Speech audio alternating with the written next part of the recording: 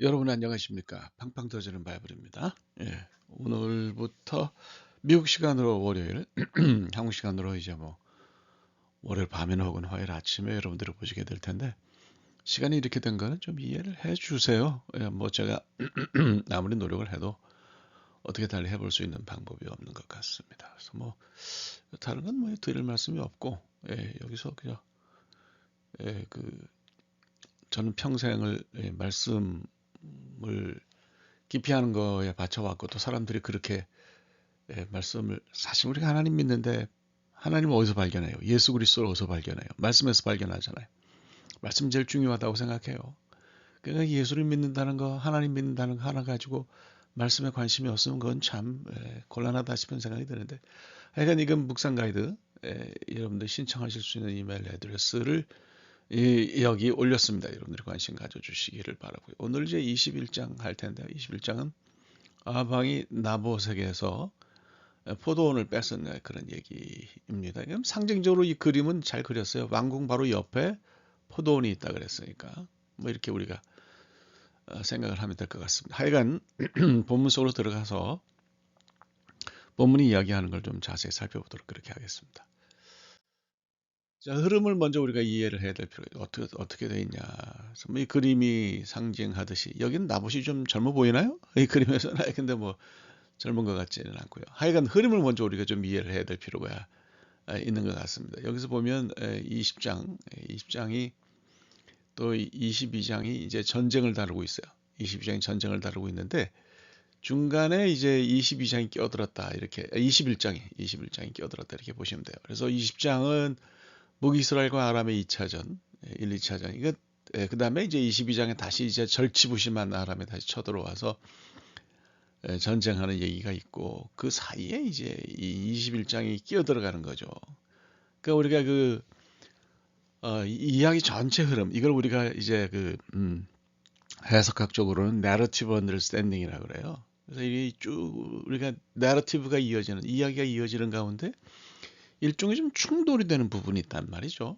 이게 흐름상 이게 왜 들어갔을까? 뭐 이런 느낌이 드는 부분이 있어요. 그게 바로 이제 우리도 창세기 읽어보면 이제 그런 얘기가 나오거든요. 창세기 읽어보면은 쭉 이야기가 뭡니까 요셉이 애굽으로 팔려가는 이야기 중간에 유다가 그 양털 깎는 이야기 또 유다가 이제 손주들을 얻는 이야기 뭐 이런 이야기들이 나와요. 다말에게서 이거 왜 들어갔을까 뭐 이제 이런 얘기를 하죠. 그래서 이걸 내러티브 언더스탠딩으로 그 해석을 하면은 그 전체 주제 그러니까 요셉이 팔려가고 뭐 이런 전체 주제는 인간의 속임수라는 거죠. 인간의 속임수, 인간의 거짓이 이야기를 이끌어가는 동인인데 유다가 아주 그 멋들어지게 한판 속는 거. 그래서 뭐 야곱도 속이면서 살았는데 아들들에게 속임을 당하고 아들들도 자기들이 주도해가지고 요셉을 팔아먹었지만 나중에 이제 그 속임수에 의해서 요셉에게 큰 곤혹을 당하고 말이죠. 유다도 그렇고 이제 그런 걸 볼 수 있죠.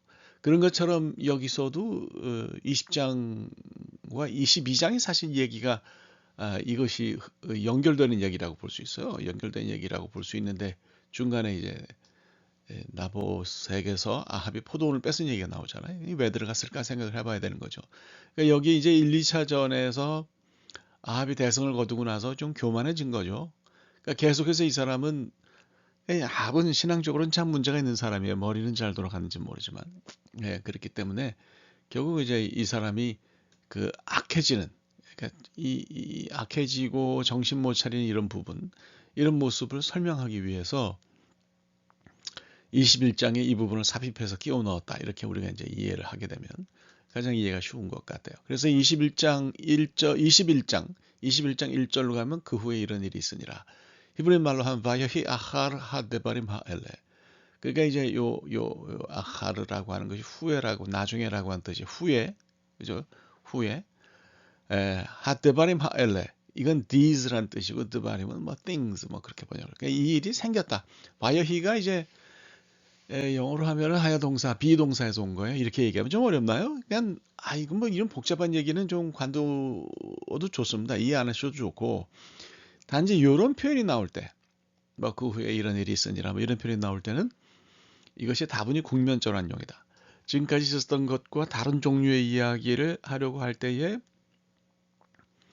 이제 이런 표현이 나온다고 하는 것을 여러분들이 좀 생각을 하시면 좋겠어요. 그래서 이게 이런 표현이 나오면은 이런 표현이 나올까 성경을 진지하게 읽으시는 분들은 의문을 가지실 법한데 국면이 전환되는 걸로 이해를 하시면 될 것 같아요. 그래서 이제 22장 1절로 가면 다시 이제 또 국면이 한 번 더 이게 바뀌는 것을 볼 수가 있죠. 그래서 여기서는 end라고 하는 말로 그리고라고 하는 말로 번역이 되는 va가 이제 여기 이제 들어가요. 그래서 vayeshev 샬롯이 샤님, 샬롯이 샤님은 이제 3년이란 뜻이고요. 엠비하마는 전쟁이란 뜻이고요. 벤다람 우벤 그 이스라엘 이 벤이라고 하는 표현, 이 벤이라고 하는 표현은 이게 이제 우벤이라고 하는 말과 섞여서 between 영어로 하면 between인데요. 그래서 다람이 아니 아람이죠. 벤 아람 우벤 이스라엘. 그러니까 아이고 죄송합니다. 아람과 이스라엘 사이에 그 샬롯이 샤님 이 3년 동안 이 샤님은 이어란 뜻이고 샬롯이는 3이라는 뜻이야. 그래서 3년 동안 전쟁이 없었다.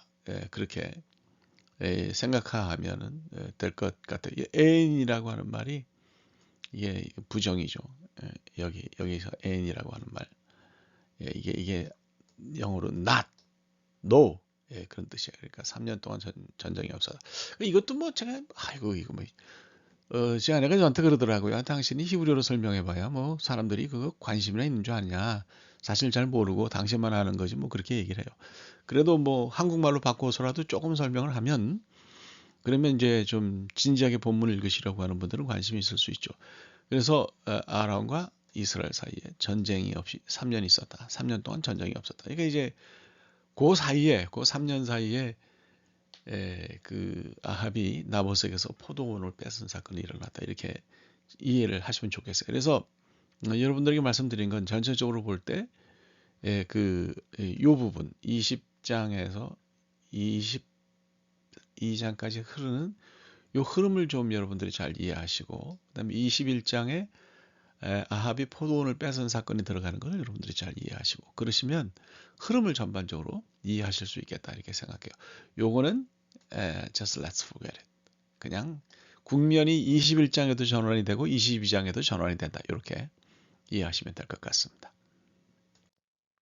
자, 이야기 시작은 이제 아합이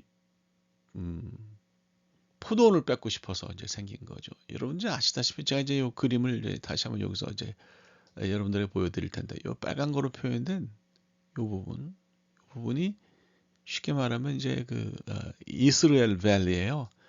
이스라엘 여기 이제 여러분들이 보시면 아시겠는데 여기 잘 보셔야 될 것이 자라라고 하는 요 중간에 나오는 자라라고 하는 말이에요. 자라. 그러니까 뒤에는 이제 엘이라고 하는 표현이 나오잖아요. 그래서 엘은 하나님이고 자라는 씨를 뿌리다. seed 그런 뜻이에요. seed. 영어로 하면 seed. 아유, 오늘 쓰니까 잘 안 되네. 자, 그래서 요 부분이 이스라엘 최대 곡창지예요. 하나님이 씨를 뿌리시는 곳이니까 오죽하겠어요. 그래서 뭐 여기가 이스라엘 최대의 이제 곡창지인 것을 우리가 볼 수 있어요. 여기 있는 포도원이니까 포도원이 얼마나 잘 되겠습니까? 그죠? 그런 걸 이제 볼 수가 있죠. 제가 그림 하나를 여러분들에게 보여드릴게요. 이게 이제 다시 말하면 이스라엘 밸리, 그러니까 이스라엘 평야의 모습이에요. 밸리라고 표현하는 것은 사실 마리 밸리지 골짜기인데 그 골짜기가 넓어요. 그 갈릴리 산지하고 밑에 이제 뭡니까 사마리아 산지 쪽으로 들어가는 이쪽 사이에 이렇게 넓은 평야가 있어요. 그러니까 여기가 이스라엘 최대 곡장 지역이고요. 아주 넓은 땅이라고 여러분들이 이렇게 이해를 하시면 되겠습니다. 그러니까 이런 땅에 이제 포도원이 있었던 거죠.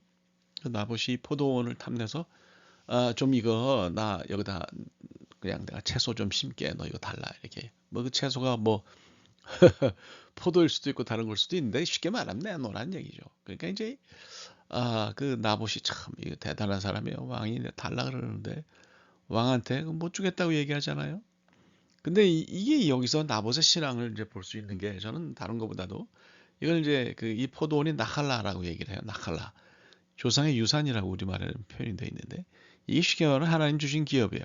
하나님께서 이스라엘 백성들을 가나안에 집어넣으시고 나서 그 다음에 그 땅을 다 분배를 하셨잖아요. 그 땅을 우리가 특별히 기업이라고 그렇게 부르죠. 나할라라고 그렇게 불러요. 그러니까 이건 이제 하나님이 바로 그 사람에게만 빌려주신, 그 사람에게만 주신 땅이니까 이 기업은 다른 사람에게 양도를 할 수 없습니다. 또 다른 사람의 것을 살 수도 없어요. 그러니까 이제 왜 하나님이 이렇게 왜 하셨는지 하면 그 이스라엘 백성을 노예 상태에서 건져내셨잖아요. 그러니까 다시는 동족끼리 서로 노예를 삼거나 그런 일이 없도록 하라고 하는 말씀이었어요. 고대 사회에서 노예가 생기는 이유는 두 가지죠. 하나는 전쟁 때문이고 또 하나는 경제적 이유 때문인데 경제적으로 땅이 있으면 그 땅에서 나오는 곡식을 먹고 사니까 노예가 될 수가 없는 거죠. 그래서 이제 하나님이 그렇게 하신 거예요. 그러니까 이건 굉장히 큰 뜻으로 이해를 해야 됩니다. 그래서 하나님이 그 나봇의 그 조상에게 이 땅을 기업으로 주셨기 때문에 이거는 율법에 의하면 하나님 법에 의하면 절대 양보하거나 팔거나 뭐 그렇게 할 수 없으니까 다시 말하면 왕보다 하나님이 두렵다 이거예요. 왕보다 하나님을 더 잘 섬기는 사람이에요. 그 나봇의 신앙이 이런 면에서 보인다 이렇게 생각합니다. 그러니까 이제 돌아가서 끙끙 앓았어요. 탐욕이 있죠 한편 아이가 가지고 싶다. 또 하나는 하나님에 대한 두려움에 그러니까 이걸 어떻게 할 수가 없는 거죠. 하나님이 이거는 못 팔게 돼 있는데 이걸 억지로 했다가는 문제가 반드시 생기는 거죠. 그래서 이제 그렇게 할 수가 없는 거고 그러나 이제 땅은 탐이 나고 그러니까 이제 끙끙 앓았죠. 이세벨은 달랐어요. 이 사람 하나님 믿는 사람이 아니잖아요. 그러니까 하나님 믿는 신앙을 이용해 먹을 줄은 알았지만은 이 사람은 하나님 두려워하지 않아요. 이 사람은 바알을 섬기는 사람이죠. 그래서 골모술수로 장로와 귀족에 편지를 씁니다. 그러니까 이제 아합의 이름으로 인장 그 반지처럼 돼 있는 왜 그런 거 있잖아요. 그걸 이제 꽝 하고 찍어가지고 보내죠. 이 장로와 귀족이 누군지는 불분명합니다. 뭐 행정관일 수도 있고 아마 이제 이렇게 해석하는 사람들인데 저도 그 지방 토호라고 보기보다는 행정관이라고 보여져요. 아합의 말을 잘 듣는 행정관. 그러니까 이 사람들이 시키는 대로 하지 않았겠냐. 그래서 이제 거짓 증인을 세웁니다. 거짓 증인을 이제 우리가 아나심 베네 벨리알 베네라고 하는 말은 우리가 이제 잘 이해해야 되는데 이 말은 그 아들이라고 하는 뜻이야. 이 벨리알 베네라고 하는 아들 사람 가리키는 말. 아나심은 이제 남자를 가리키는 말이죠. 벨리알은 사악하다, 무가치하다, 그러니까 worthless의 영어로 하면. 근데 여기는 제가 생각할 때는 사기꾼으로서 이제 거짓 증인으로 돈 받고 쓰는 사람들이니까 뭐 알만하죠. 그래서 이제 이 거짓 증인들이 증언한 거는 나봇이 하나님과 왕을 저주했다. 거꾸로죠. 하나님을 오래 두려워하지 않았죠. 근데 이제 레위기 24장 4절에 보면 하나님을 회방하는 사람들은 돌로 쳐 죽였어요. 엄청난 형벌이죠. 그래서 높은 곳에 처형대에 세워놓고 그다음에 이제 밀어 넘어뜨리고 그다음에 이제 돌로 치는데 여러분들이 돌을 보시면 아시겠는데 이 그림은 뭐 이런 그리지만 사실은 굉장히 큰 돌이에요. 이 정도가 아니라 뭐 땅바닥에 이 돌이 오히려 이런 돌이 오히려 이제 감춰진 돌이 원래 크기에 합당하다 이렇게 보여지는데 굉장히 큰 돌이어서 한번 맞으면은 그 자리에서 즉사할 수 있는 수준의 그런 돌이에요. 그래서 이제 이런 걸 보고 돌로 이제 그 덮인 어떤 시신을 보면서 어떤 그 일종의 어떤 경고 같은 것이 될 수 있어요. 고대 사회가 그랬다는 거죠. 여기서 뭐 잔인함 쪽으로 눈을 돌리시지는 마시기 바랍니다. 그런 건 아니에요. 그 남태평양의 피지라는 곳에 가면 킬링 스톤이라는 데가 있어요. 그래서 이 사람 잘못해서 사형을 언도받게 되면 네 사람이 팔다리를 붙들고 가서 머리를 그 바위에 꽝 하고 부딪히게 해서 이제 죽이죠. 사형을 집행한 다음에 그 시신을 거기 그냥 며칠을 둬요. 옛날 얘기예요, 옛날 얘기, 고대 얘기. 그런 이유는 죄를 짓지 말라고 하는 경고예요. 이게 컬처가 다른 거죠. 그렇게 이해를 하셔야 되지. 이거를 무슨 뭐 오늘날의 상황이나 오늘날의 에틱이나 오늘날의 모럴과 연결해서 생각하시는 건 좀 곤란합니다. 자, 그렇게 했죠. 자, 포도원을 뺏었어요. 그래서 이제 원래 우상숭배자나 탈취한 성읍이 하나님께 바쳐지듯이 범죄자의 소유는 당시에 이제 왕에게 귀속됐어요. 외견상 합법이지만 실제로는 나쁜 짓을 한 거죠. 나쁘게 해서 이것을 나봇의 포도원을 뺏어가지고 했죠. 그러니까 뭐 아합은 돈을 주고 살려고 했는데 이세벨은 돈 한 푼 안 주고 이걸 나봇을 죽이고 뺏어서 더 나쁜 거죠. 악한 거죠. 인간적인 방법으로는 돈을 안 썼으니까 좋은 건지 모르지만 굉장히 악한 그런 방법으로. 글쎄 돈이 중요한가요? 예, 돈보다는 하나님 앞에서 사람의 도리를 하는 것이 중요하지 않나. 뭐 이런 생각이 듭니다. 자, 이야기 결론은 이제 하나님이 엘리야를 보내시죠. 이 사람 엘리야라고 볼 수 있고 요 인간의 아합이라고 볼 수 있어요. 그래서 이제 경고하죠. 네가 어떻게 감히 죽이고 또 빼앗았느냐. 야, 뺏은 것만으로도 아니에요. 죽였다는 것이 참 이게 그렇습니다. 그래서 개들이 나봇의 피를 핥은 곳에서 아합의 몸에서 흐르는 피도 핥을 거다. 최후가 그럴 거다. 그래서 재앙에 대해서 얘기를 해요. 오므리 왕조가 무너뜨린 여로보암의 집처럼 될 것이다. 이제 이렇게 얘기하죠. 그래서 이제 요거는 나중에 이야기하지만은 아합의 겸비함 때문에 집은 무너졌어도 아합이 뭐 이렇게 그렇게 되지는 않는데 개들이 이세벨 먹은 건 맞아요. 예, 그래서 이게 쉽게 말하면 그 당시에는 들깨떼들이 많았거든요. 개들이 먹는다는 것은 객사한다는 뜻이에요. 바깥에서 죽는다고 하는 뜻이고 시신이 제대로 수습되지 않는다고 하는 그런 뜻이거든요. 이세벨은 정말 그런 최후를 맞았습니다. 자, 이런 얘기를 들으니까 얼마나 아합이 두렵겠습니까? 그래서 겸비함을 하나님께 보여요. 겸비하다는 것 히브리 말로 카나라고 하는 건데요. 새가 날개를 접는 거죠. 이걸 그냥 편하게 생각합시다. 새가 날개를 접는다는 것은 자기 힘으로 난다는 의지를 포기한 거죠. 복종과 항복이에요. 그러니까 이제 아합의 원래 이제 모습이 이렇다는 거죠. 하나님 두려워할 줄 아는 모습이 있다는 거죠. 그렇다면 누구 때문에 그렇게 됐겠냐? 누구 때문에? 예, 바로 그 이세벨 때문에 그렇게 됐다. 참 좋은 배우자를 만나는 것은 좋은 여자가 나쁜 남자를 만나면 인생이 꼬이고 또 좋은 남자가 나쁜 여자를 만나면 인생이 꼬이듯이 그래요. 그래서 이세벨은 우상숭배에 관한 정말 엄청난 악한 사람이죠. 예, 그래서 이제 결국 이것을 아합이 처음엔 좀 그랬어요. 저도 읽으면서 아니 이거 뭐 이렇게 잘못해놓고서 그냥 배옷 입고 이게 이제 굵은 배라고 하는 것이 사크라고 하는 통옷이에요. 배로 만든 다 벗고 그 통옷을 거칠거칠한 통옷을 입고 그다음에 짐승을 태운 재 위에 앉아가지고 이제 회개하는 거죠. 그 구약 시대의 회개 모습이에요. 그러니까 이거 한다고 그래서 이게 용서가 되냐 이런 생각이 들었는데 이것은 사실 아합이 실제로 잠깐이지만 회개한 것이 진실했던 것으로 볼 수도 있거니와 이세벨에 대한 하나님의 경고로 보는 게 맞을 것 같아요. 그러니까 아합이 원래 이렇다면 회개하지 않고 두려워하지 않고 하나님을 전혀 믿지 않는 이세벨에 대한 경고로 이것을 받아들이는 것이 맞지 않을까 이렇게 생각합니다. 자, 뭐 이런저런 얘기하다 보니까 좀 시간이 갔네요. 자, 뭐 결론을 내립시다. 하나님을 두려워하는 사람, 그죠? 하나님 두려워하지 않는 사람, 이 대표적인 게 이세벨이죠. 그러니까 하나님을 두려워하지 않는 사람은 뭐 별짓 다 하는 거죠.